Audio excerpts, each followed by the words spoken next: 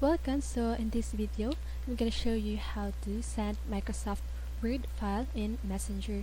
So for example, this is your file number 1.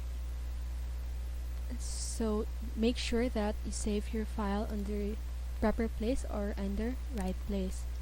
So to save your file, click the file here at the upper right side of your computer or on your screen. Then click Save As, and then choose any folder that you want. Just make sure you remember where you put your file, okay? So click Downloads, then this is the name of my file, or you can name it whatever you want, and then click Save, and then you're done. Your file is saved. Then for the next step, you're gonna need to log in on your Facebook account, okay?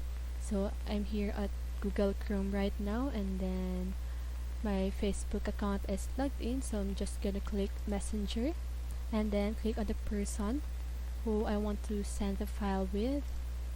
Then as you can see here, her name's pop up, so I'm just gonna click this image like logo, and then it says attach a file, so I'm just gonna click on that and then choose the file that I want to send, and then you can either put message with it or you can just send it right away, okay? So I'm just gonna put hi, hello, and then you can send it. So sometimes it may take a while, but don't worry, that won't take too long. And that's it.